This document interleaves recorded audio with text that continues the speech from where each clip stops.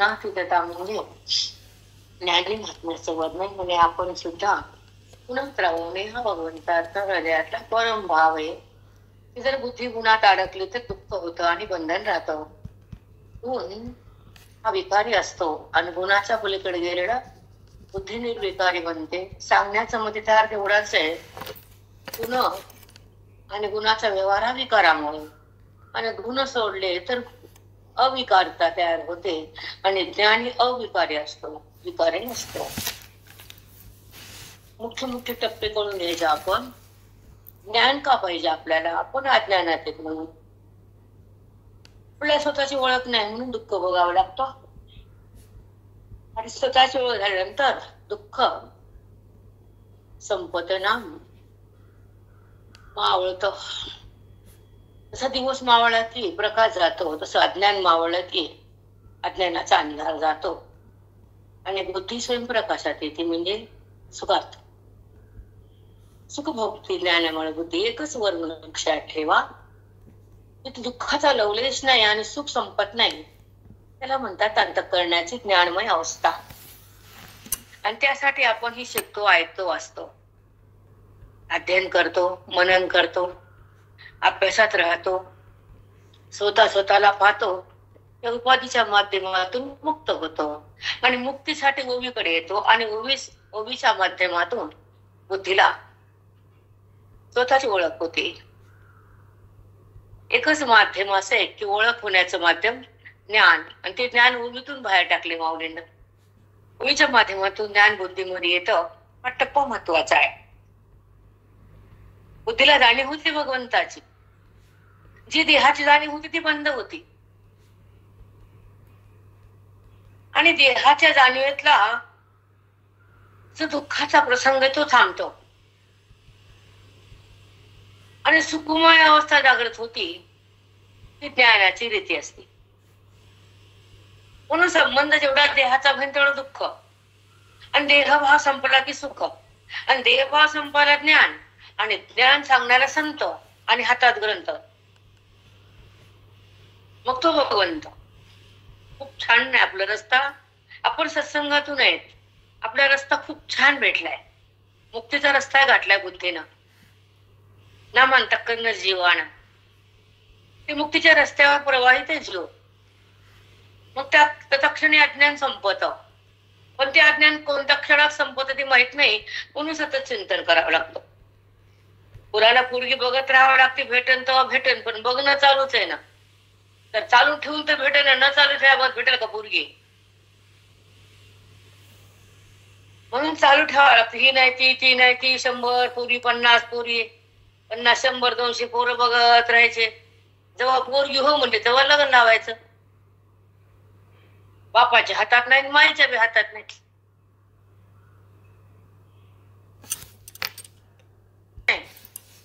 नाही, माईच्या बी हातात तर नाहीच नाही. तसं अज्ञानामुळे बुद्धी काही मान घालती, काहीच समजत नाही तिला. तिला गुरु बाप भेटायला लागते, मग नीट होती ती. वळवळत जाते जेवणानं. पण श्रवण साग्र पाहिजे, पाहिजे, ओवीचं पाहिजे. ब्रह्मवित्ताच्या मुखातून, अध्ययनाच्या द्वारातून श्रवण जर आलं मुखातून, तर अज्ञान संपत, समूळ नायनाट होतं. पण सांगणारे प्रवक्ते तसेच पाहिजे, जे की जीवाचा उद्धार करणारे आणि कल्याण साधून देणारे, हातात मोक्ष देणारे, तर आपलं कल्याण होतं. श्रवण हे निरपेक्ष असावं, सापेक्ष नाही. कुठली अपेक्षा नसावी श्रवणामध्ये, कुठलीच नाही. फक्त जगतातल्या जीवाची तळमळ असणं आणि भ्रमाला बंद करून आवरण समाप्त करणं. बुद्धीवर आवरण आले ना अज्ञानाचं, झाकळलेलं भगवंत, त्याला आवरण म्हणतात. आणि त्या बुद्धीनं मायेने झाकलं देवाला, दाखवलं जगताला. जगताचा बात करणारे संत पाहिजेत. जगताचा बात सांगणार तर कोणीच उरलं नाही. देणं न घेणं, जगताच्या पोटाभोवती काम करा, बहिरंग करा, पैसे कमवा, तसल्या परमार्थामध्ये चव आहे का बेचव, तिथं मोक्ष असते का? बाबा बाबा बाबा बाबा. अपेक्षा तिथं धनाची निरपेक्ष असावं तर हातात मोक्ष देतात संत. अपेक्षा नाही. मग ज्या काळामध्ये व्यास महामुनीने भागवत लिहिल्या, कथा लिहिल्या, रामायण लिहिले, भरपूर काय झालं. पण गुरुजींना येऊन वेदांताची गंगा महाराष्ट्रात आणली. म्हणून तर मोठे मोठे विद्वान हे कुठले मोठे कशाचे आले, त्याला अपेक्षा ते मोठे कुठले, जे वैराग्यवान ते मोठे. तिथं वैराग्य पाणी भरतं जिवंत खळ खळ दान दान दान, वासनेला आग लागलेली असते. वैराग्य पाणी भरते आणि बोधाची गंगा वाहती आणि जीवाला शिवाची ओळख होती. तिथं हातात मोक्ष येतो. मार्केटमध्ये मोक्ष नसतो, नाही. तिथं जीवाच्या कल्याणासाठी त्यांचा अवतार आहे. फक्त एकच ध्येय, जीवाचा अज्ञान धुणं, एकच कटाक्ष बाणा की बुद्धीचा भ्रम काढणं, एकच लक्ष आहे की त्या भगवंताची ओळख करून देणं, बाकी काहीच नाही. तसं जगताची ओळख आहे जीवाला, देहाचा संबंध आहे बुद्धीला, आवरण आहे मनाला, आणि संपवण्याचं काम संताला. सांगा 4 पॉइंट कोणते बोलले?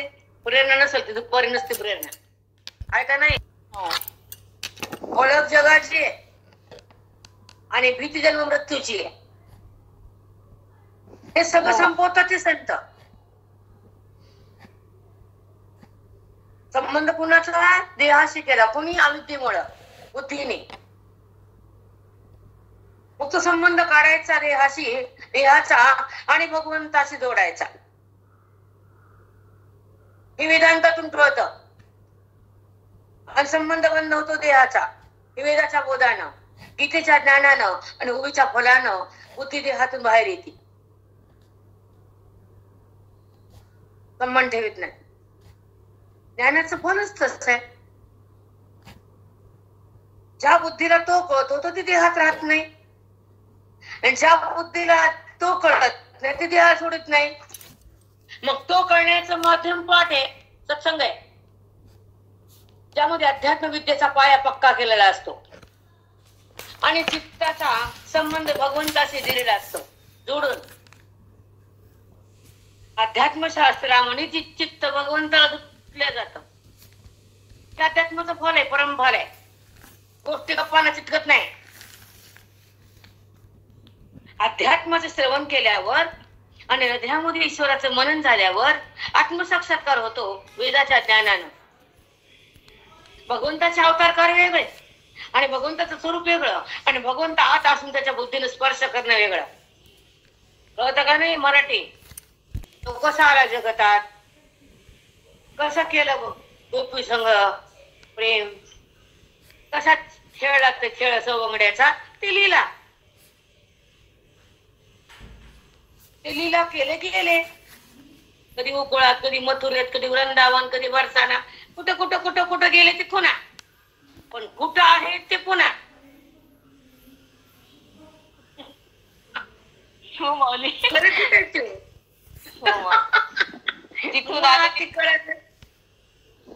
जिथून आले होते तिथेच जातात. निराकारातून कुठं आले, काय खेळले, हा गेले बरसानाकडे, राधाकडे गेले. मग राष्ट्रीला तिथं खुन येईन त्याचा वृंदावन मध्ये आहे ना. 2 झाडे एक, 2 झाडे एक, 2 झाडे एक, त्यांची खून ठेवली देवाना. पण प्रत्यक्ष देव जर अंतरात असेल तर खरा देव कोणता आणि लीलेमधला देव कोणता हे जर कळत नसेल तर उपयोग नाही आपल्या बुद्धीचा. लीला करताना कोणता असतो? साकार असतो. खरा कोणता असतो? निराकार असतो. भक्तीने भक्ताला वळतो तो मूर्तिरूपान असतो.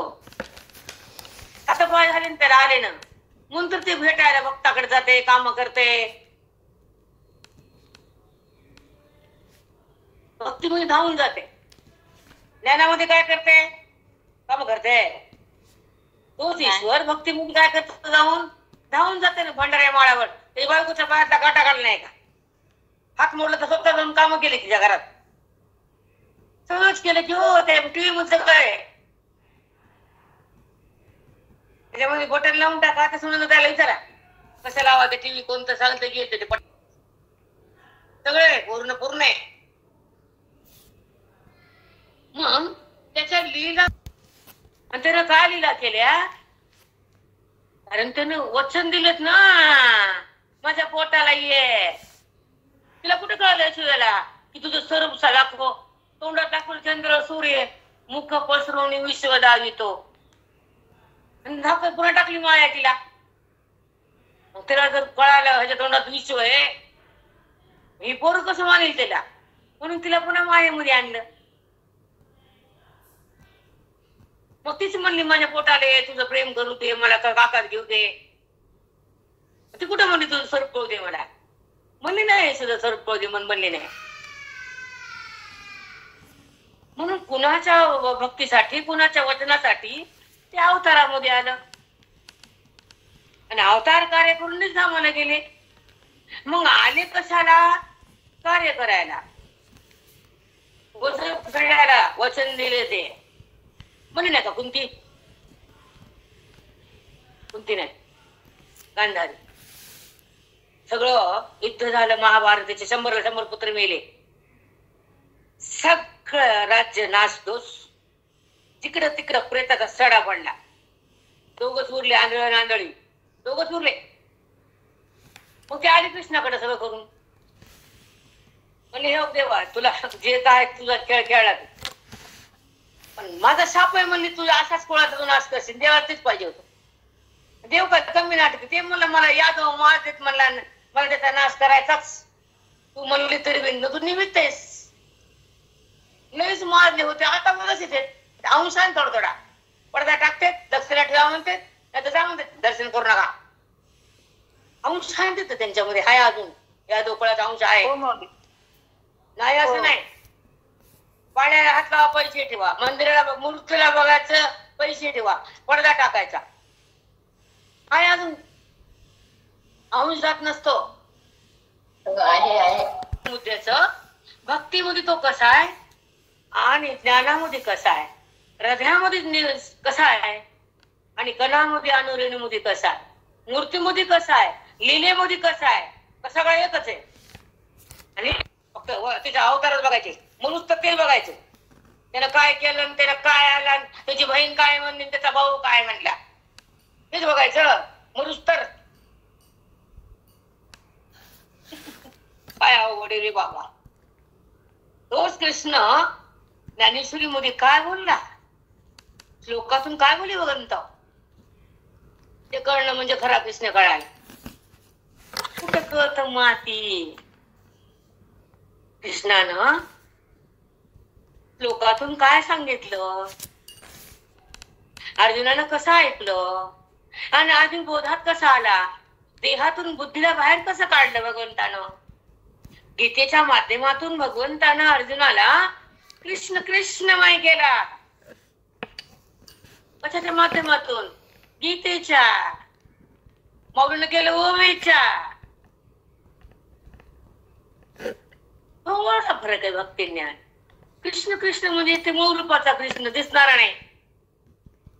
बोधामध्ये कृष्ण अर्जुन एक झाले, उपाधी धरले दोघांनी नाही, न कृष्णाची उपाधी ना अर्जुनाची उपाधी. उपाधीचा निराश करून ब्रह्माख्य करून देणार, जीवाचं आणि शिवाचं नातं एका ठिकाणी आहे असं सांगणार ज्ञान भगवंताने गीतेतून दिलं, आणि अर्जुनाने ते ग्रहण केलं, आणि अज्ञान संपवलं, आणि मन अर्जुनाचं भगवंत बनलं. त्याला म्हणतात ब्रह्मज्ञान. आवडे का सांगा मग, एका वाक्यात सांगितले की नाही. कथा कशाला म्हणा, व्यथा कशाला म्हणा, ज्ञान कशाला म्हणा, कृष्ण कसा आहे, कुठं आहे, कोण आहे, त्याची लीला वेगळ्या. लीलेमध्ये अडकला कधी निघून गेले की किती होतं, 5-7 वर्ष गोकुळामध्ये राधेपोशी किती होतं, 7 राज्य किती केले, 100च्या पुढे वर्ष होते खाली कृष्ण परमात्मा. किती होते वर्ष त्या यशोदेपोशी, थोडके सोडून दिले यशोदेला राधेला. म्हणजे सोडून भक्तीला पुढे सरकावं लागतं, सोडावं लागतं, हे शिकावं लागतं. मग ते कळलं झालं काय, सोडलं राधेला, भक्ती होती त्याची, मग पुढे झाला. जसं राधेला सोडून राज्य केलं तसं भक्तीनंतर ज्ञानावर मन आलं.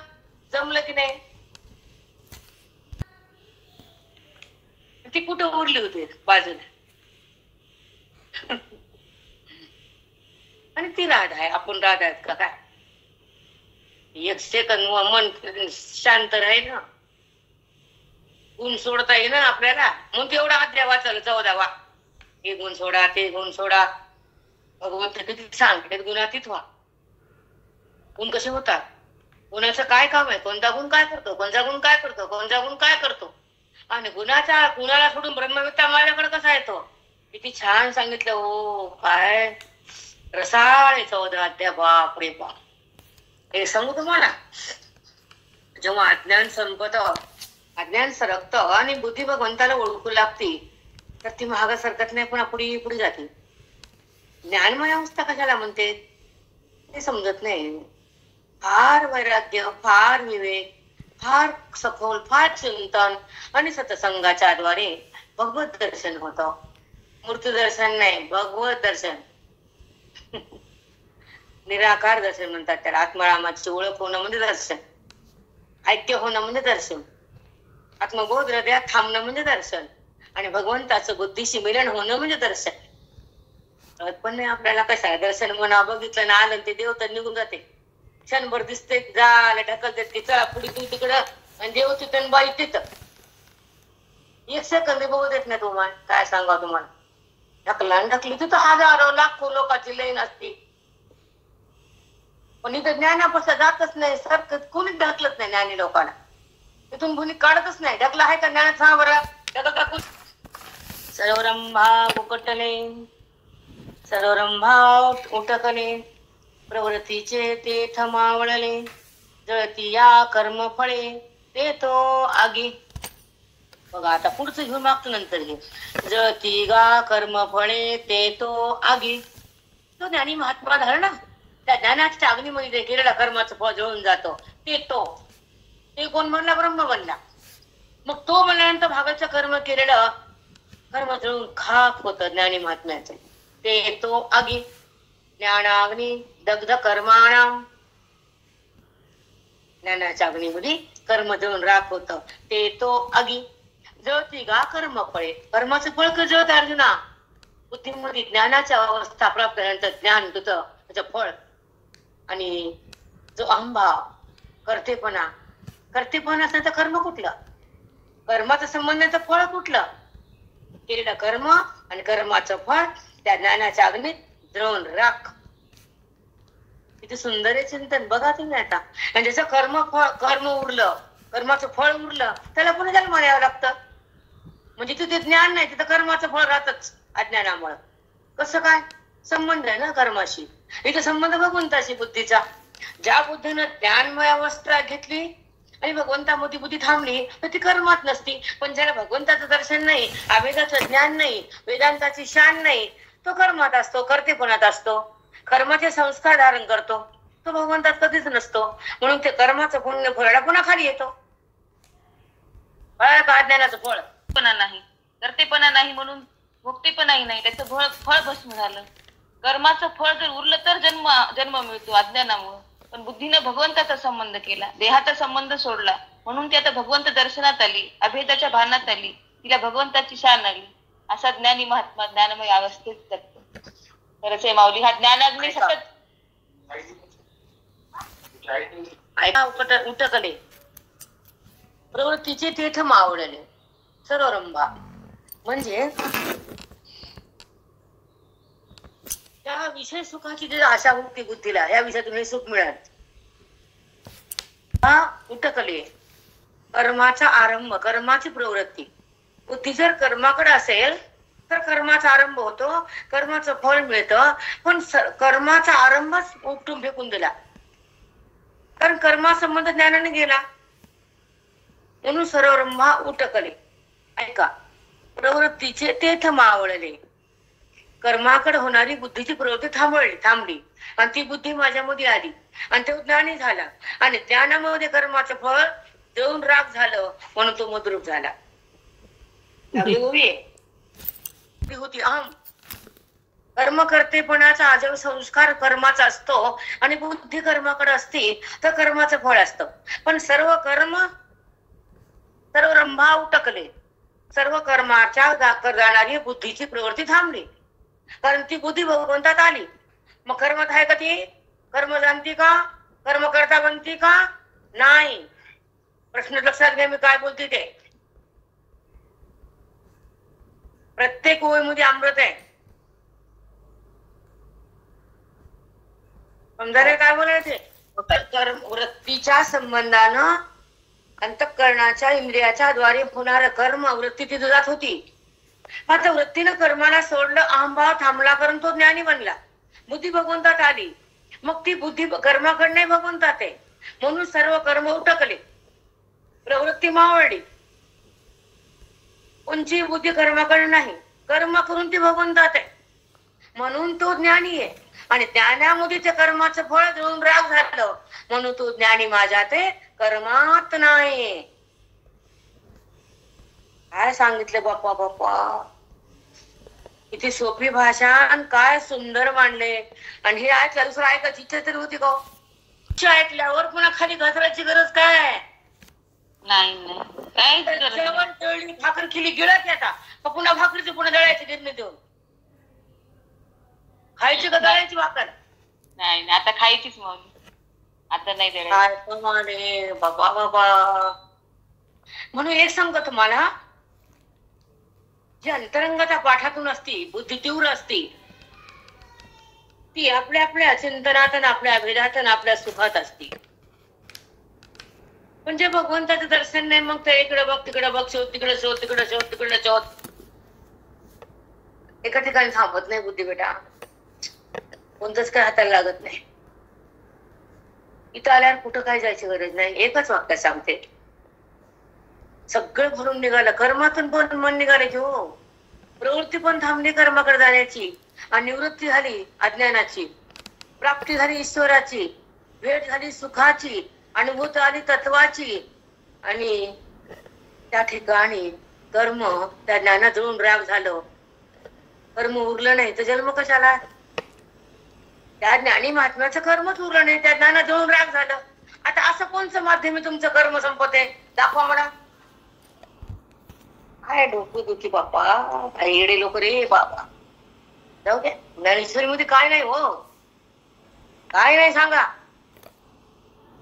कष्टाचे नावे भावच जीवी नानुभवे, सेवी जे का स्वभावे पैठे होया. द्रष्टाचे नावे. द्रष्ट म्हणजे जिवंतपणे सुख, अद्रष्ट म्हणजे मेल्यावर कर्माचं सुख. कर्म करायचे मेल्यावर भोगायचं वरी स्वर्ग फिर्ग चंद्रलोक. कर्माचं फळ भोगायला वरी जावं लागते वरच्या लोकात. आणि का म्हणजायचं वरी तरी भोगच आहे की. इथंही भोग आणि वरी भोग कुठं कळते? भोग संपणं म्हणजे मोक्ष आहे. द्रष्ट आणि अद्रष्ट जिवंतपणे भोग आणि केलेल्या कर्माचा मेल्यावर भोग. कळाला का? द्रष्ट अद्रष्ट. ऐका, द्रष्टाचे नावे भावची जीवे नागवे.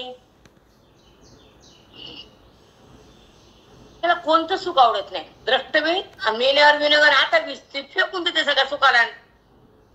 मेल्यावर बी कशाला बोल, जिवंतपणे सुख लोक म्हणतात ते विशेष सुख. मेल्यावर कशाला भोगेल ते?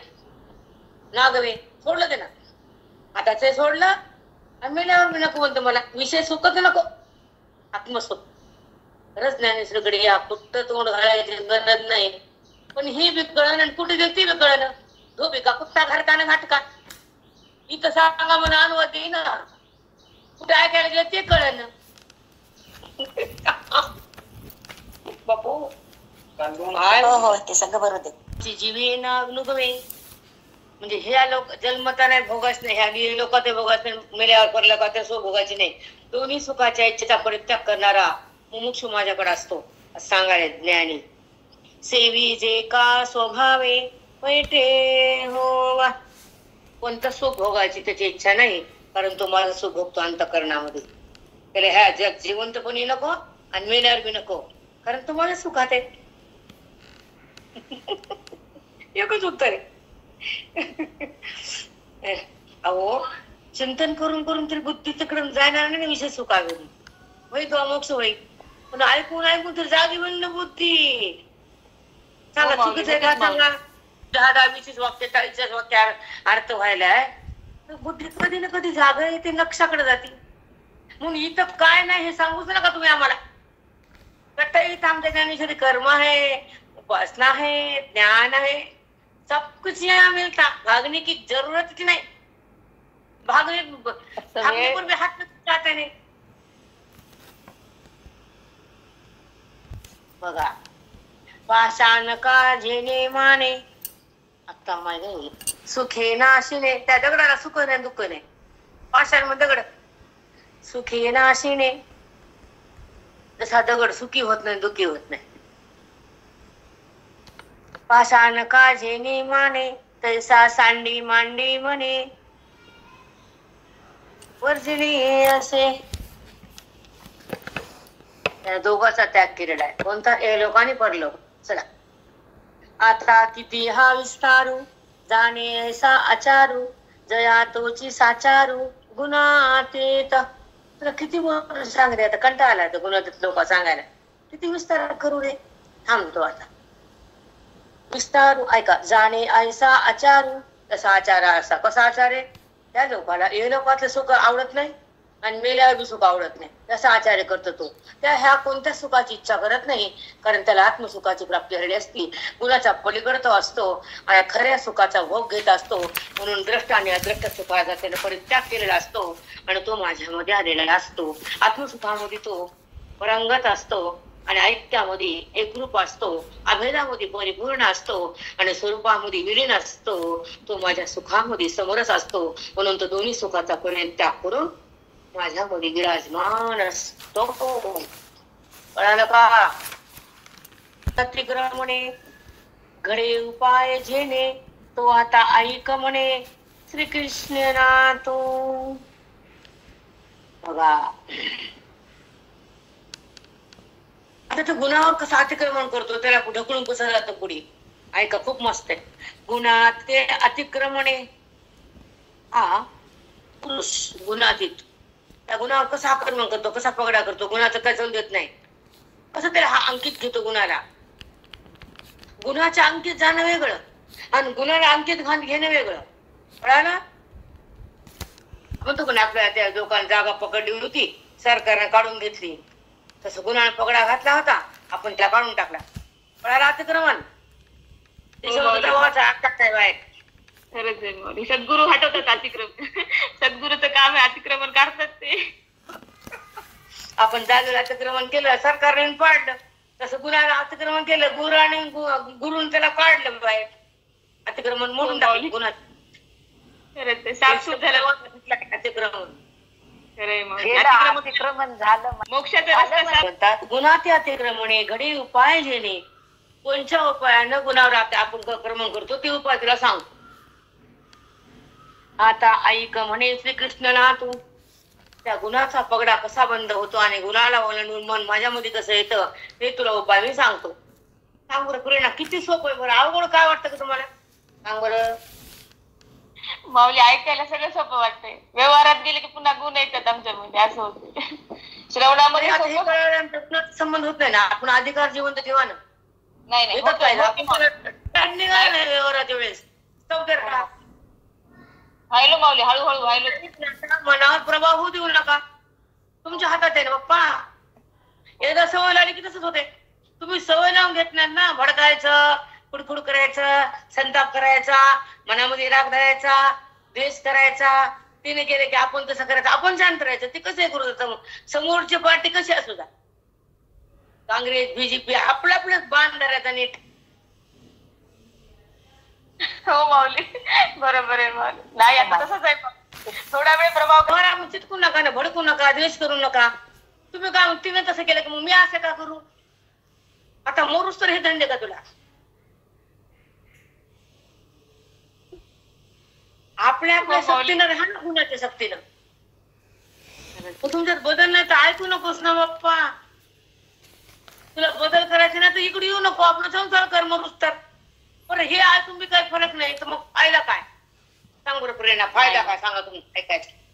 सांगा काय खरंच फायदा? नाही मग, काहीच फायदा नाही. बदल करायचाच, करणारच येऊ आम्ही. नका ना मग ते. खा झोपा येईल तरी काय करता तुम्ही?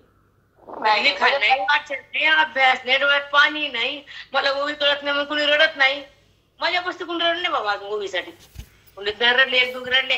ते सरिता फिरिता प्रतीक कपडे काय ना धर्माबाची प्रीती उगा मोजकी मोजकी रडत आपले, बाकी नाही कुणी रडलं. कळतं मला रडले मातळमुळे तहाने ह्यांना आवड आहे भगवंताची. रडत बी नाही, डोळ्यात पाणी नाही. ते संसार त्याला सुटत बी नाही. दिसतं ना गिरायक गुडव आहे का उदारीच आहे का नगदी आहे, कळतं आम्हाला. हे गुडव उदारगिरी ऐकायचं, बटन दाबायचं आणि बसायचं असं. काय देणं घेत ताण पडायचं नाही, शक्ती नाही, डोकं दुखत नाही. आमचं बोलून दुखतं डोकं, त्यांचं काय दुखतं डोकं नाही. बटन दाबलं बसलं समोर दगड, काही परिणाम नाही. जशाला तस जशाला तस. आणि फरक गमाय आणि आम्हाला बोलता येत नाही. मग हेच फरक आहे ना, तुला आम्हाला कळतं ना काहीच फरक नाही. सांगते कशाला पुन्हा पुन्हा. परिणाम असावा, प्रगती असावी चित्ताची. जावं जुनं सगळं मळकट जावं, जळकट मळकट काढावे हृदयातले. घराला जाळे खपत नाही तर मनात आज्ञाने जाळ काढवायचं. आता पाहुण्याला जाळे काढा जाळे काढा. आता जाळे आज्ञानेच कसं काढा सांगा बोला. हो माऊली, राग द्वेष हे काम होते काढायलाच माऊली. खूप साफ राहिलं, खूप साफ राहिलं. खूप क्रोध कमी झाला, राग कमी झाला, शांतता झाली. खूप समाधान आहे वृत्तीमध्ये. बदल खूप आहे ना. सम वागायचं, शांत वागायचं. द्वेष क्रोध आकडपणा हे सगळं थांबवायचं. आपल्या स्थितीत येऊन शांत. आपल्या लोकांमुळे बिघडू द्यायचे नाही बाप्पा. मी खराब म्हणून मी बी खराब, मग दोघीत फरक काय? फरक काय तुझ्यात? काय शून्य, फरक नाही ना. ऐकून फायदा नाही. तर उद्या काय केलं पुण्य होईल, स्वर्गात जाईल, पुन्हा तोंड फुटून खाली पडल, येईल खाली पुन्हा. दुसरं काय माती होणार आहे? मोक्ष काय झाला? सुखी नाशिने पाषाण झालं. आता किती हा विस्तारू जाणे ऐसा चारू जया तुझ साचार. अरे आलो ना. पुन्हा ते अतिक्रमणे घडे उपाय जेणे, तो आता ऐक म्हणे श्रीकृष्ण ना. तो गुणावर अतिक्रम करणार ज्ञान तुला सांगतो, आणि गुणातून बाहेर मन कसं येतं हे पण तुला सांगतो. ऐक अर्जुना. आता पुढचं ऐका. आता श्लोक आलाय, श्लोक नंबर 26 आणि ओवी आपली आहे 71 371. तर 80 पर्यंत जाते आता पळत पळत. आता ते 20 25 उद्या संपून टाकू. मामचे योग विचारे न भक्ती योगेन सेवते, सगुणान समतेतान ब्रह्मभूयाय कल्पते. आता थोडासा विषय वेगळा आहे. ऐका आता मस्त आहे. मामचे योग विचारे न, व्यभिचारी भक्ती आणि अव्यभिचारी भक्ती. भिन्न भिन्न भावातून भिन्न भिन्न देवतेची उपासना करणं व्यभिचारी भक्ती. आणि माझी ओळख करून एका ठिकाणी बुद्धीने ठाम राहणं अव्यभिचारी भक्ती. जेव्हा माझा संबंध भगवंताशी होतो तर सगळा तोच आहे वाटतो, जरी भिन्न रूपात जरी आला त्याचं स्वरूप एकच आहे हे कळणं अव्यभिचारी भक्ती. आणि त्याच भगवंताला भिन्न भिन्न नाना नाना नाना नाव देणं, नाना रूपामध्ये त्याला भिन्न करणं, त्याला म्हणायचं व्यभिचारी भक्ती. मग जो मला अन्याने शरण येतो तो माझा कोणचा भक्त होतो? अव्यभिचारी. तो कसा आहे बघू आता. मामच योग विचारेन भक्ती योगेन सेवते. भक्ती योगेन सेवते. माझ्या भक्तीच्या रूपानं जो माझी सगुण भक्ती करतो तर तो अनन्य मला, अन्य आणि अनन्य दोन शब्द ऐका. अन्य आणि अनन्य शरण.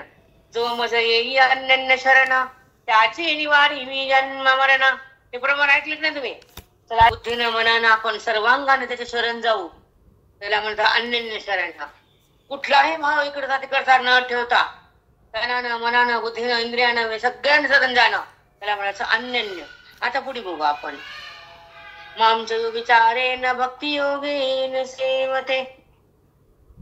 जो मला अन्य शरण येतो, माझी भक्ती करतो, त्याला मी काय करतो ऐका पुढा. सगुणा समितितान ब्रह्म भूयाय कल्पते. तो काय करतो, सगुणान गुणाला ओलांडून तो गुणातीताने निर्विकल्प होतो बघा. ब्रह्मभुवाय कल्पते. ब्रह्मभूयाय म्हणजे विकल्प जातो मनाचा आणि विकल्प बनतो.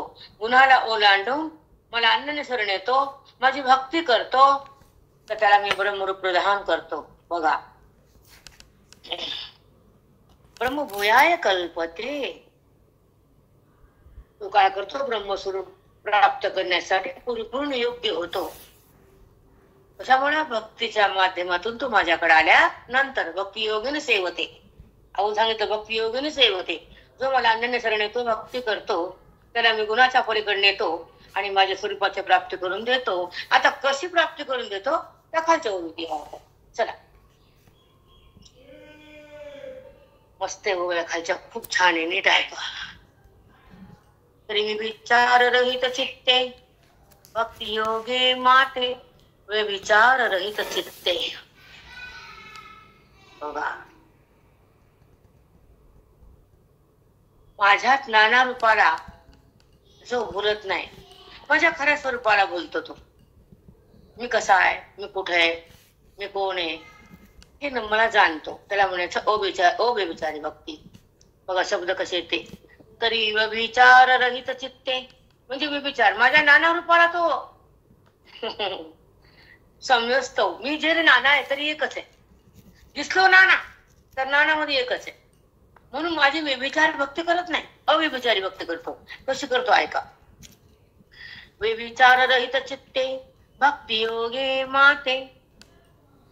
माझी ओळख करतो आणि भक्तीने मला जाणतो. सेवितो गुणाते जाकळू शके.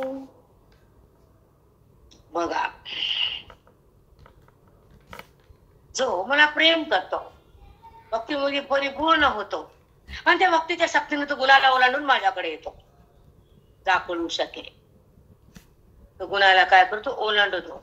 कशामुळं, अन्य शरण आणि भक्तीची शक्ती. ऐका पुढे आता.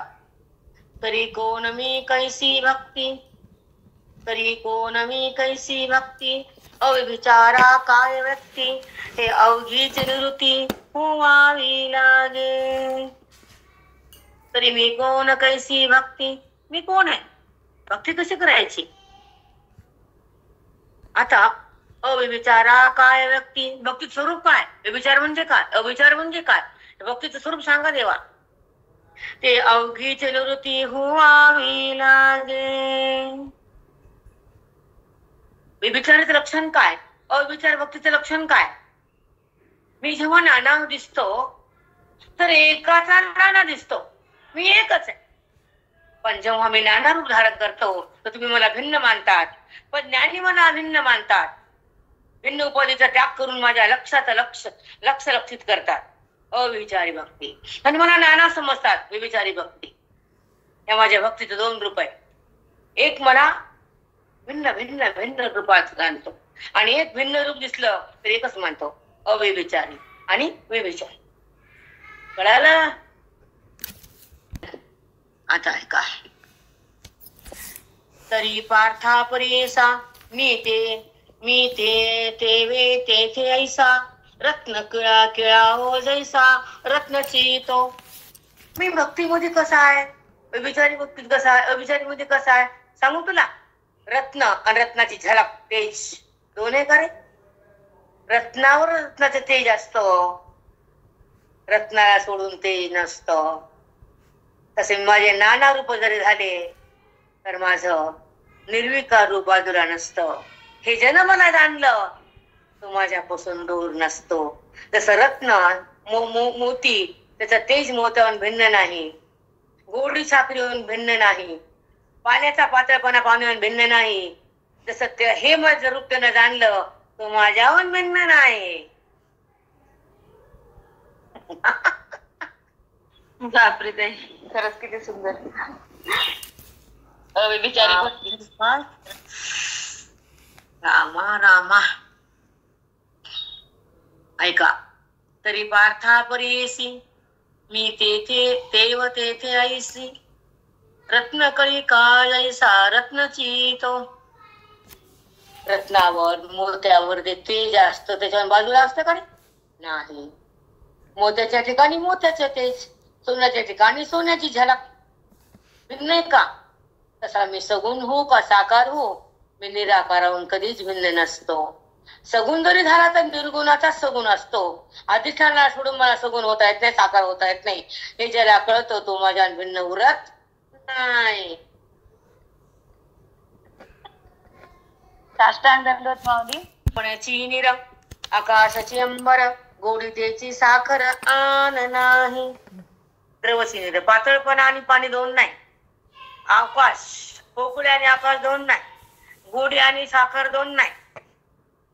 तस मी आणि देह, मी आणि जगत, मी आणि ईश्वर दोन दिसलो तरी दोन नाही. तिला म्हणायचं अव्यभिचारी भक्ती.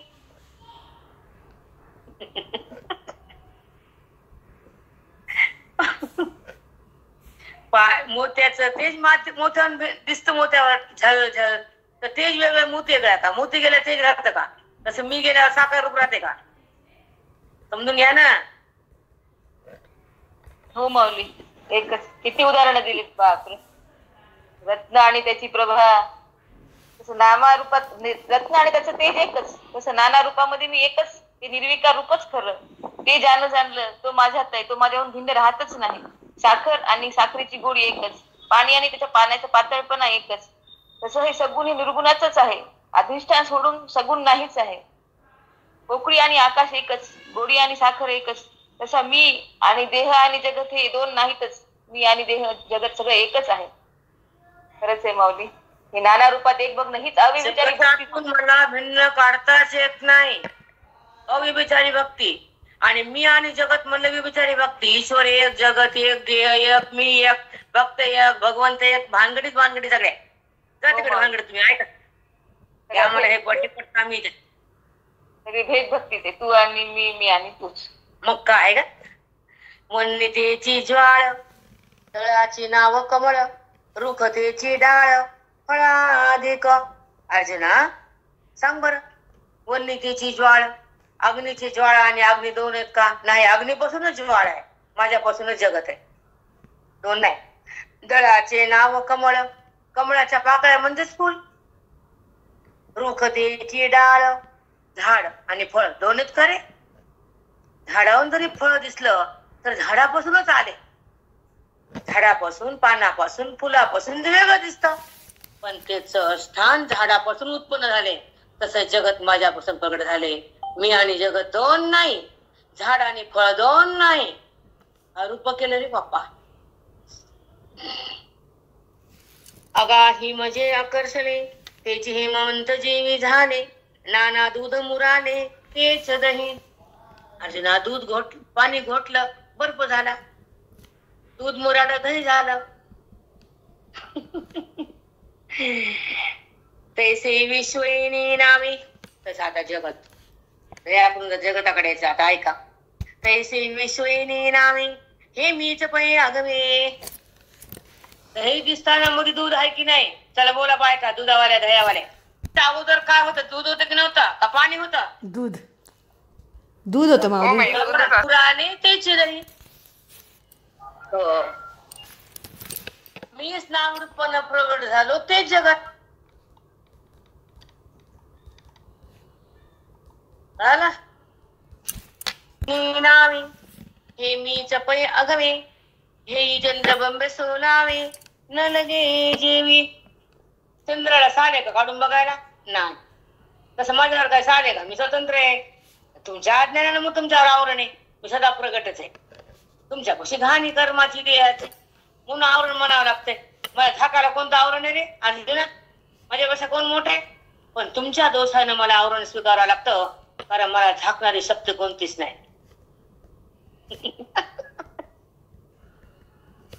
कळालं? मी सदाच आहे, मला कोण झाकणार आहे? माऊली तुमच्या दोषामुळे बोलावं लागतं. कधी लागतो बघा. हॅलो काय म्हणतात मग तुमच्यामुळे तुमचा चष्मा धुवावा लागतो.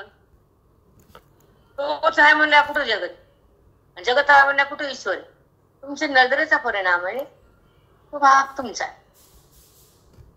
तैसे विश्वेने नावे हे मीच परिणामे, ते सगळं विश्वेने सगळं मीच आहे. हे चंद्रबिंब सोलावे न लगे जेवी. चंद्र साल काढायची का? चंद्राला सालच नाही, माझ्या असून जगतच नाही. बाबा आलो स्वतः रे बापा संपन्न नाही नाही, खरंच आहे माऊली. जगत आहे ते तेच आहेच, ते त्याचा बात करायचं नाही, ते नाही म्हणायचं नाही, काहीच नाही. जगत म्हणताना अन्वय अन्वय किती सोपं करून सांगितलं, बापरे खूपच सुंदर. माऊली का तुम्हाला कळत नाही बरं? काय समजत नाही बरं? हा? खूप सुंदर सांगितलं माऊली. बोला की चिकट पडेल तुमच्या तुझे होय स्पष्ट न विविधता घटू मृत्तिका जेवी. अर्जुना पोट बघताना म्हणजे तंतूचे तुकल्याचे घट बघताना माझी मातीचे त्याला पोडायची गरज नाही. म्हणून विश्वपणे जावे मग ते माती घेयावे, तैसा नवे अगवे सकटची मी. विश्वाला काढून टाकायचं, मला बघत असं नाही, विश्वाचा गट मला बघ. ऐसा माते जाणीजे ते अविचार भक्ती म्हणीजे, ते भेदू काही देखीजे तरी विचारतो. थांबा सकाळी बघू विचार नुसतं वाचून काय फायदा नाही. ऐसे माती जाणीजे, कशी जाणीजे? सगळ्यामध्ये आधार मीच आहे. माझ्यापासून विश्व प्रगट आहे, विश्व खोट आहे, विसून खोट आहे आणि मी मोठा आहे. माझ्या सत्तेवर प्रगट होत आणि माझ्यामध्येच लय पावतो. मी त्याला प्रगट करतो, पुन्हा त्याला माझ्या आत घेतो. आत घेणारा मी आहे, प्रगट करणारी माया आहे. दिसणं हे त्रिपुटी आहे आणि भासणं हा ब्रह्म आहे. अस्तित्व हे माझं आहे. प्रगट होतं आणि माझ्यामध्येच विश्व लय पावतं. त्या विश्वाला प्रगट करणारी माया आहे. अस्तित्व माझं आहे, दिसणं हा भ्रम आहे, व्यवहार हा त्रिपुटीचा आहे. दाखवती माया आणि अस्तित्व माझंच आहे, हे सांगायचं. शेवटचं वाक्य ऐकवायला 2 वाक्य सांग डबल. कोण कुठे ठेवती की काय करत? माझं आहे, दिसणं हा भ्रम आहे. हा हे वाक्य महत्वाचे बाई साहेब. हो माऊली. तू जगाला तू दिलंस मायेच्या द्वारे खोट्या सत्तेला, तर मी आहे जगत नाहीये हे जरा कळतं तर अविचारी भक्ती, आणि जगाला सत्ता दिली विचारी भक्ती. प्रेरणा हो हो हो माऊली. तर आता उद्या 10-20 वयात तरी विचारतो या कारणे भेदाते सांडवणी अभेद चित्ते आपण असं गट माते जाना वेगा. अर्था सोनियाची टीका सोनियाशी लागली देख, तेशी आपण पियाणी माना वेना. तेजाचा तेजोनी निघाला परी तेजेशी असे लागला, तया रश्मी आई सावला बुधू वावा. पै परिणाम भूतळी हिम करू हिमाचळी मज माझी ज्ञानी अंबै तैसे हो का तरंगरानु परिसिंधुसी नाही विन्नु, तैसाई सर्मी आणू नोहेची गामा. ऐसे निवास मनसे दृष्टी विल्लासे ते भक्ती पै ऐसे अम्मावण. आणि ज्ञानाचे सांगावे यज दृष्ट नावे योगाची अगवे सर्वस्व हे. सिंधू आणि जळधरा माझी लागली अखंड धारा, तैसी वृत्ती वीरा प्रवर्ते ते. पाकू वेसी आकाशा तोंडी सांडा नाही जैसा, तो परम पुरुषी तैसा एकवटेगा. प्रतिबिंब बिंबवरी प्रभेची जैसी उदरी, ते सोहम वृत्ती उदारी तैसे होया. ऐसे निमज परस्परे मग ते सोहम वृत्ती ते जे अवतरे, तेची सकट सरे परिसया. तैसा सिंधवा चारवा सिंधू माझी पांडवा, विधाने या निर्वावा हे टाके. नातरी जाळून तृण वन्नी विजे आपण, ऐसे भेदुना सुनी जाण ज्ञान ही नुरे. माझे पहिले पण जाय भक्त हे आयले पण नखाय, अनादि अत्य जे आहे ते जे वडे. आता गुणा ते तो किरटी जिने गाणी नव्हती गोष्टी, जे एकपणा ही मिठी पडो सरणी. किंबुना ऐसी दशा हे ब्रह्मत्वया सुंदशा, हे जो पावे तो ऐसा माते भजे. पुढती ही रिंगी भक्त तो माझ्या जगी, ते ब्रह्मता लागे पतिव्रता. आलो आता कुठं आलो? 398. ज्ञानदेव तुकाराम चला सकाळी भेटू. हॅलो.